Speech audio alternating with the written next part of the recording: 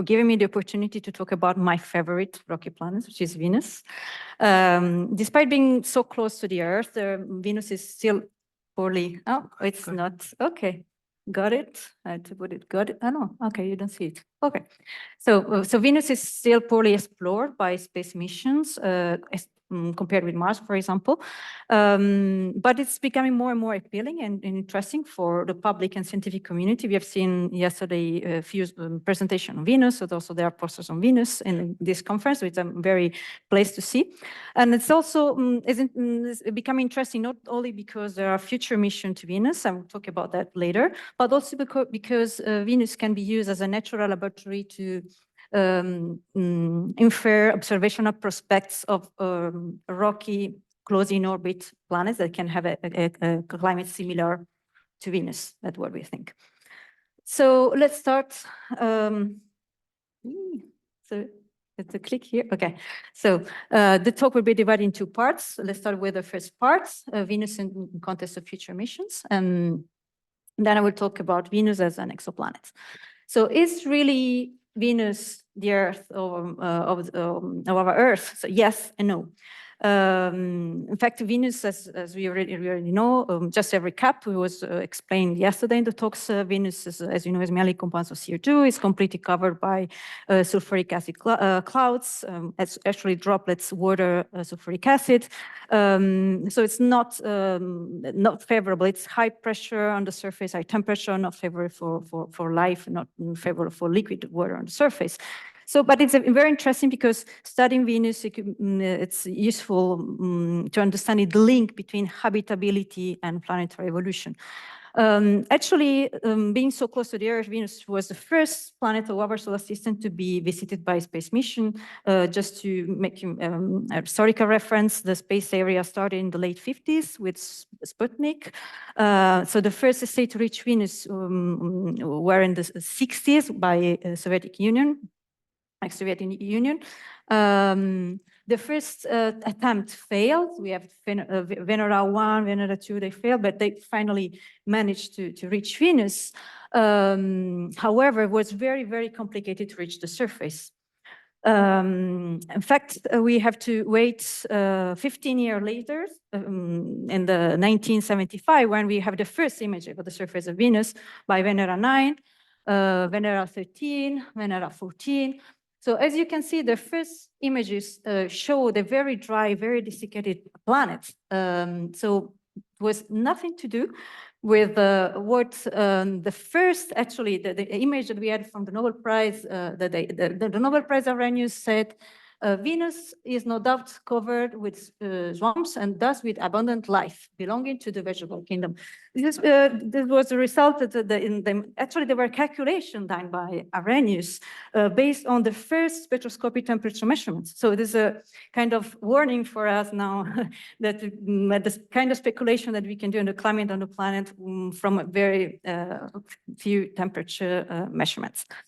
Okay, that's a word of cautious. So the similarities with Venus and the Earth are just three: size, mass, distance from the Sun. Being Venus, of course, 30% closer to the Sun. There are much more differences than similarities. I'm not going to repeat that again, but as you can see here, this talk will be mostly focused on the atmosphere. And if you compare here the atmosphere of terrestrial planets, we can actually say that Venus is the atmosphere of Venus is much more similar to Mars because of the bulk composition of CO2 than to the Earth. On Venus, we have this, as you know, runaway greenhouse effect, the permanent thick and dense sulfuric acid, etc. And there are a lot of extravagancies that you already probably know. The solid body rotation is very, very slow and is retrograde. So it's the opposite compared to the other planets of the solar system. The day-night cycle is about 117 Earth days. And it has another peculiarity, which is the superrotation. It means that the atmosphere turns 60 times faster than the solid body. That is something that we don't have on the Earth. We've seen that exoplanets can have this kind of dynamical structure. So here, as I say, we will be focused on the atmosphere, and this plot, I select this plot because we can see the average temperature of the rest of planets, Mars, Venus, and the Earth, and Titan, also as a comparison. Here we see the classical compartments in which we divide the atmosphere, with the troposphere being the part of the atmosphere closer to the surface, and the thermosphere is the region where usually the temperature increases with altitude. So, of course, as an average, what we do observe is much more variability in terms of in space and time. What we want to, I want to highlight here that actually we can divide the atmosphere terrestrial planets into two types: the Mars and Venus, because of the bulk composition of CO2, and the Titan and the Earth have a kind of similar composition because of bulk composition and nitrogen.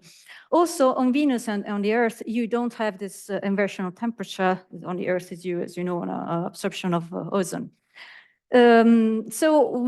Again, what we can say that also Venus and Mars, and I will show you later, also share several mechanisms, physical mechanisms, because their main composition in the atmosphere is CO2.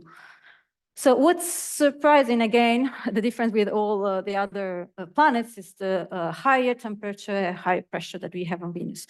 So the million-dollar question is, what happened to Venus during its evolution? What happened, let's see, it's okay. So from the beginning, when it was a magma ocean, like the Earth, till present day, when Venus and the Earth are such different worlds. So this is a question that we want to reply with, or want to shed a light a little bit with a future mission, actually. There's still no consensus on the evolutionary path that Venus followed, but there are several scenarios that are considered. I will talk here about two main scenarios. The first one is the one in which Venus was already dry, desiccated since the beginning. So only after 100 million years. So as early as the magma ocean phase, Venus was already very similar to the stage in which it's today. The magma solidification was very slow. So it means that we had higher temperature that prevent the water vapor to condensate on the surface. And also the volcanic eruption injected water in the atmosphere that escaped quickly by hydrodynamical escape. So basically, under this scenario, Venus never hosted a liquid water on the surface. The other scenario is something, well, Venus was started to be much more similar to the Earth at the beginning. So it was wetter and with a milder temperature than today. So the magma solidification was faster, allowing the solidification, the condensation of liquid water on the surface. But some geological events could have been catastrophic or volcanic eruption that actually we know that had resurfaced the surface of Venus, injected carbon dioxide in the atmosphere, would have started the runaway greenhouse, increased the temperature. So it's under this scenario, probably Venus had liquid water on his surface for an undefined period of time until the runaway greenhouse started. For the Earth, it was different because, the water condensated on the surface, and then the CO2 was extracted from the atmosphere to carbonate. So the carbonate cycle started thanks to the plate tectonics, and we have the formation of the Earth as we know in the present day. So luckily, the last 10 years, if we consider the Venus Express, it was the first and last mission to, or the ESA to Venus, ended in 2014. Now we are in 2024. After 10 years, we are finally waiting for exciting decades of Venus exploration by two selected missions by NASA, Da Vinci and Veritas. The launch is foreseen for Da Vinci in 2029, for Veritas in 2031. Da Vinci will, but I will summarize a little bit. So will measure, will have detailed measurements of the composition. Will send a descending probe, measuring also the composition in the clouds of Venus. Veritas will be focused on the geology and the active volcanism. And then we have Ambition. That's ESA mission with the participation of NASA. The launch is foreseen in 2031 with Ambition. I will talk a little bit more in the next slide. We'll have kind of the novelties compared with the Veritas, for example, that we will have kind of holistic observation. So we'll be able to study the coupling between the interior and the atmosphere. So the goals will be to study history, climate, and activity of the planet at the same time. And the last but not the least, we also have China and we have India, who proposed 2 missions. Not clear to me yet if they've been approved or not, but if they will be sent before the NASA mission and the ESA mission. Okay, so I've been part of the science study team of Ambition the last 2 years. So the novelty, let's say, of this mission, Ambition will have on board 6 instruments. We have here the spectrograph, VentSpec with 3-channel, VentSAR is the radar, subsurface sonder, and the radio science experiment. So we'll observe Venus from the interior up to the middle atmosphere, up to 100 kilometers. And in color, we can see exactly what each instrument is going to observe. And he will observe from the UV wavelengths, infrared, until radio science. Here, I have selected some novelty of Ambition. It will investigate Venus system coupling synergistically with different instruments to search for active volcanism. We'll probe for the first time. We'll be probing the Venus upper crust with the subsurface sonder up to 1 kilometer. We will have unprecedented high-resolution radar imaging, first polar arimetric imaging, and for the first time, we will have profile of liquid spheric acid and liquid and gaseous SO2 that we didn't have from previous missions. Meanwhile, what we can do? So the data will arrive in 2032. So now we can still working hard with modeling. I've been involved in the development of Venus Planet Climate Model, the former LMD Venus GCM that you're probably more familiar with this name. The Venus Planet Climate Model is inherited from the Earth GCM. It was initially developed at LMD, which is Laboratoire de Météorologie Dynamique. And this is a continually development. Actually, it's now the only GCM able to simulate the atmosphere of Venus from the surface up to the thermosphere. Actually, there is also another work under revision that is also included ionosphere and the simulations. So it's more computationally expensive, of course, if you want to simulate the whole atmosphere.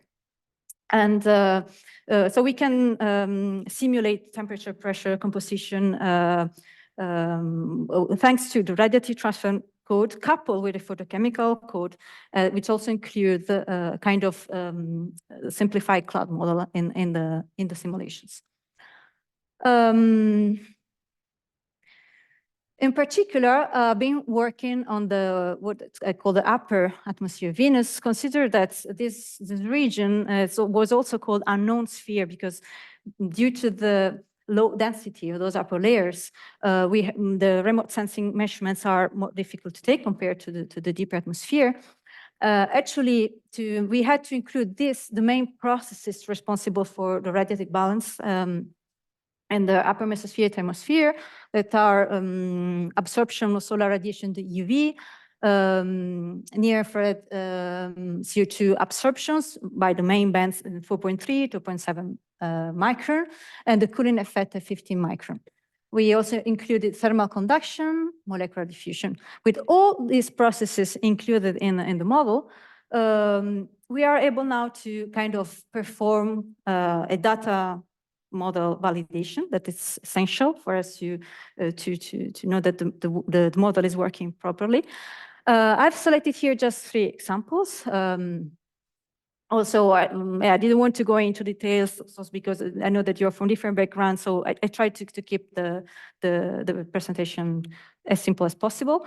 So in the left panel, we can see the density, the total number density versus altitude.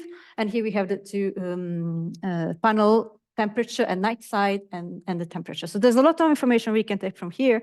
Would just like to highlight a few points. First of all, if you see the green line here, this is the model.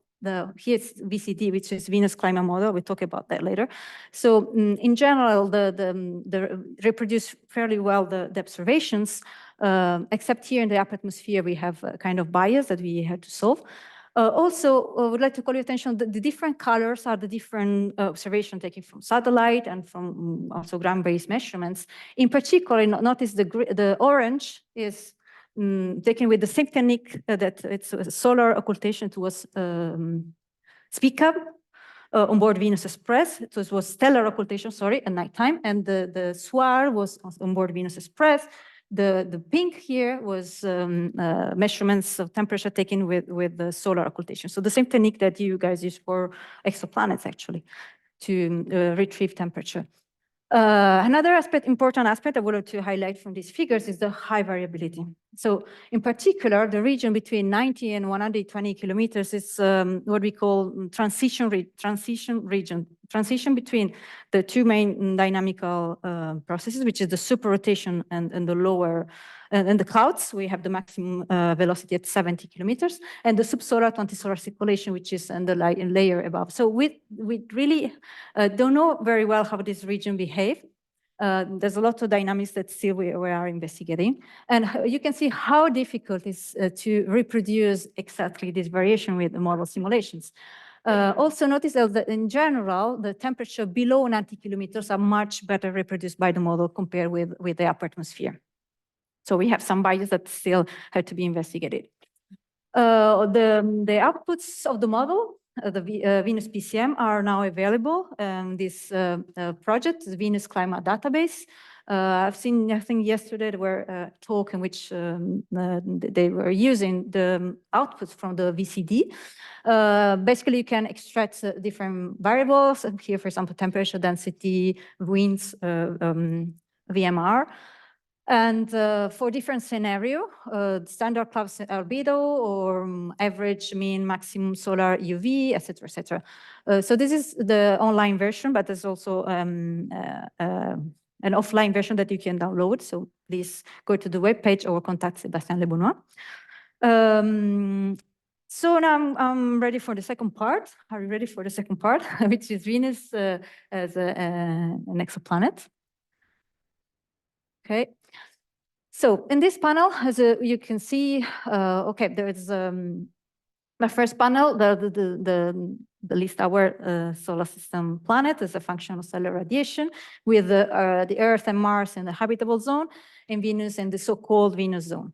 And the panel below is a selection of nearby transiting rocky planets. As you can see, most of them are in the so-called Venus zone. We have here the beautiful known TRAPPIST system. And here there's another intriguing target. Actually, we have in our study, we have focused on these 2 targets with LP 890C, which is kind of the edge of the habitable zone. And it's around the near star 32 parsec. The M dwarf stars, it's kind of late activity, so it's, we don't have too much activity of the stars. So this is why it's an interesting target to study. And of course, we applied the model to TRAPPIST-1C. It was before the James Webb observations. But I see that we have also kind of interesting results with the 3D model. So what we have done, basically, we use the same tools as we have used for Venus. The generic GCM is based on the Venus, Mars, and Earth GCM. The reference here, sorry, are not exhaustive. There are much more publications done with the generic GCM. And what we have done was to model our rocky exoplanets closer to our stars under the hypothesis that their atmosphere evolved into a modern Venus. So basically, I don't want to go into details. The dynamical core is the same. All right. We'll be faster. The dynamical core is the same than for Earth, for the Earth, Mars, and Venus, and the physical core, physical part, is adapted according to the planets. So what we have done, we have provided to the model as inputs the stellar fluxes in this sketch for TRAPPIST, for example, and we take for the orbital parameters and solid body parameters, we take them from the literature. We assume that the planet is tidally locked, so the obliquity is 0, eccentricity is 0. And here it's where we are, how we use Venus as a proxy, because we assume that the atmosphere of the planets evolved into the atmosphere, into modern Venus. It means that we impose a surface atmospheric pressure on altitude bar, chemical composition, so basically CO2 with trace gases, and a radiatively active clouds type. The prescribed cloud layer is fixed. So basically the clouds cover all the planet in these pressure layers. So for the prescribed cloud layer, the parameterization that we used followed previous study done by House et al., in which we take the aerosol distribution, the particle number density, here as a function of altitude, are taken from Venus Express observation. So basically, we use 3 mode aerosols, where mode 1 are smaller particle and mode 3 are bigger particle. So this is the distribution that we implemented in the model.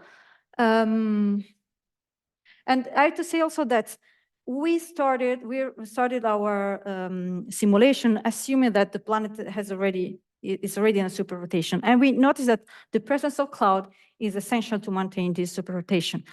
As a double check, before going forward and to study the exoplanet atmosphere, we have checked if the generic GCM was reproducing at least qualitatively, the temperature profile and the sorry, this reference is not for this plot, it's for I will show you later.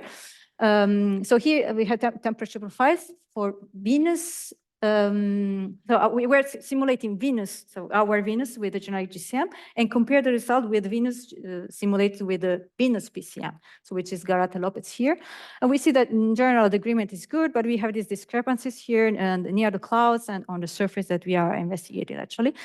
For the zonal wind, we see that our exoplanets, in this case, I think it was TRAPPIST that we simulate, we reproduce the superrotation, the same pressure layers than with the PCM. Actually, we can see is similar. However, the amplitude of the jets is half in those simulations, in the planet simulation.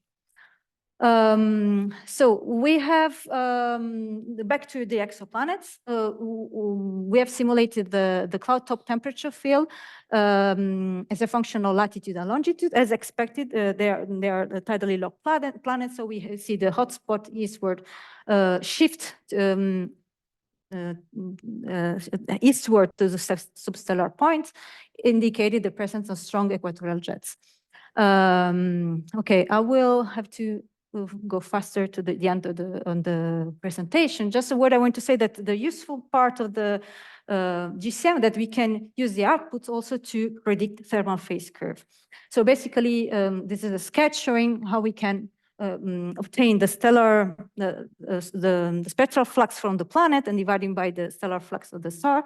And we have obtained, actually, this is the work published recently or last year by my former master student, Diogo Quirino. What we have plotted here, the blue curve is at the continuum, 30 micron, and the red curve is the 50 micron. Basically, for this, it's an interesting exoplanet, but the largest amplitude that we found is very, very low, to around 2 or 3 ppm, so it's not detectable with current instruments, according to our 3D simulations. For TRAPPIST, since we had done this work before James Webb, so this is a work and that's finalizing, Diogo. So yeah, please no pictures.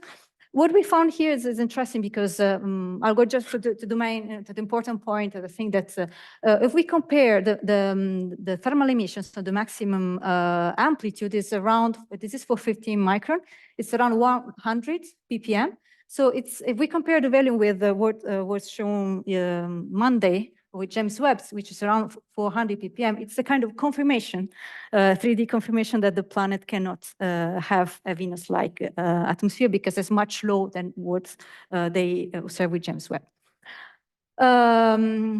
To finalize, sorry about that. The idea is to basically to use the model simulation to compute a parametric study, so to use mass-radio relationship and to, for different kind of possible potential analogs, Venus analogs, and to produce phase curve to be then compared with the future simulation. And concluding remarks, more than concluding remarks, I think there are points of reflection and discussion. All the results here are based on the hypothesis that the atmosphere of the exoplanets evolved into modern Venus. However, we don't even know if the planet has an atmosphere. We don't know how different from the assumption is the composition of the planet. We don't know if this cloud that we have imposed to the planet is a common on exoplanets. There are a lot of uncertainties on planetary parameter rotation. That's why we think that this parametric study on mass radio relationship or changing the spin and produces phase curves could be useful for the observers. We know that temperature-sized exoplanets are not favorable for transmission spectroscopy. Actually, I have not shown result that we have on that because it's something that we already have I've seen. So we have to wait future telescopes that will be much more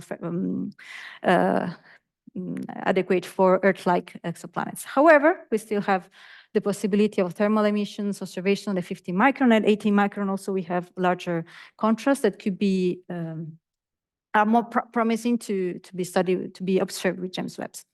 On Venus, just quickly, there are a lot of open questions. So we are waiting for new observations, but we have model simulation that we can use to investigate. Still, there are a lot of variability that we want to investigate on our sister planets, let's say. And I leave you with these beautiful images of VNC on board the Venus Express. You can see the different cloud structure here. And I'm open to question. I'm happy also to continue the discussion and this breakup session organized by Anna and Diogo. Solar system, rocky planets informing about exoplanet and vice versa. I'm sorry, I'm out of time.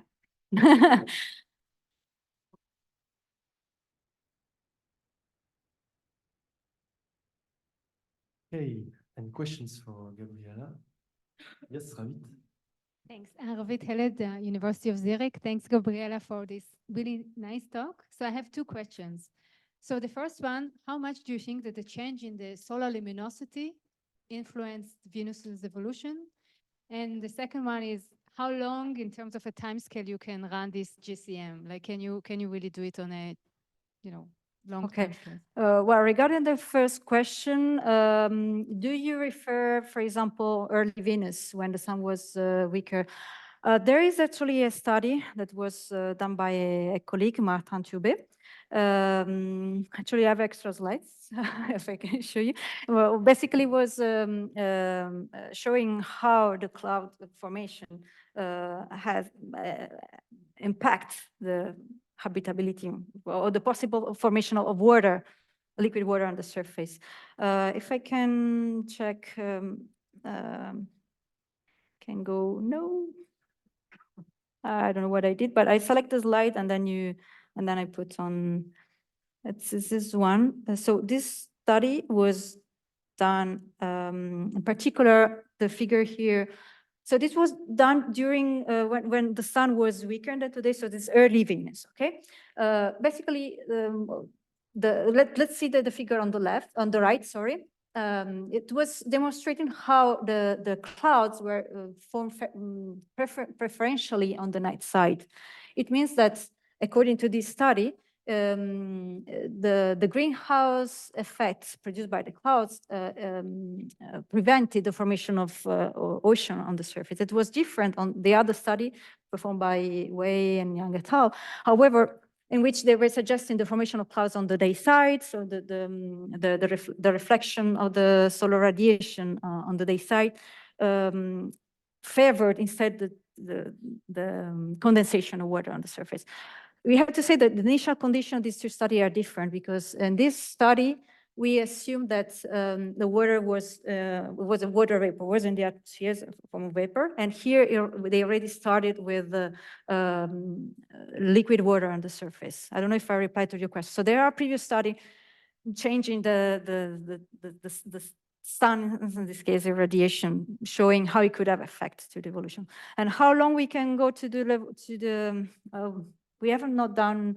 I know that there is an interesting study project for Mars, evolution during the time. For Venus, could be done the same, but we require a lot of computational time, and also the starting point that would be, we have to decide carefully the initial condition where we have to run the model. Okay, thank you very much. Yeah. There was another question over there. Yes. Hi, can you hear me with this? Yes. Okay. It's a related question. Very nice talk, Gabriella. I really like Thanks, this. Jamila. I'm wondering, like, you show these two different evolution paths for Venus, but more from the surface and interior. What happened with the atmosphere? I'm thinking more on the exoplanet perspective, if maybe there is any way of differentiating between different scenarios according to what's happening in the interior of the planet. That's a difficult question for me, because I'm not an expert of formation, planet formation and evolution. Well, to the atmosphere, I think that's it's intrinsically related what was happening in the interior. I think actually this evolutionary path that I show are one of the main unknown is the fate of water. So on the first scenario, for example, where there was no water on the surface, the atmosphere of Venus, it has a little bit of water, but was escaped quickly to space, for example. So we lost basically the water in the first 100 million years. I think there are people that can reply better than me and the audience. So you were asking if I extrapolate that to exoplanets. I don't know if I have the answer that, but I'm sure that it should be definitely related what was where the condition on the surface, and how was the magma, if the magma ocean was solidificating faster or slower, so how the temperature increased faster or slower, etc. Yeah. Maybe one final question. Yeah. Hi, a very nice talk. Thanks. I just more wanted to have a comment. So this is very short, if that's okay. I just wanted to remind people that because if there is no surface water on Venus, it does not mean that the interior is also completely dry. So that is always something to keep in mind, like a dry Venus, are we talking about the surface or the whole planet? That's just a comment out there. Thanks. Yeah, very nice. Thank you. Okay, final. Yeah, on that, I just wanted to humbly plug my own talk. It's the last one of the session, and it's directly answering that question. I couldn't get it. She will answer that question. Okay. Okay. Yeah, you are the one talking about the habitability on Venus, right? Good. Okay, thank you everyone. Thank you, Gabriella. Let's thank our speaker.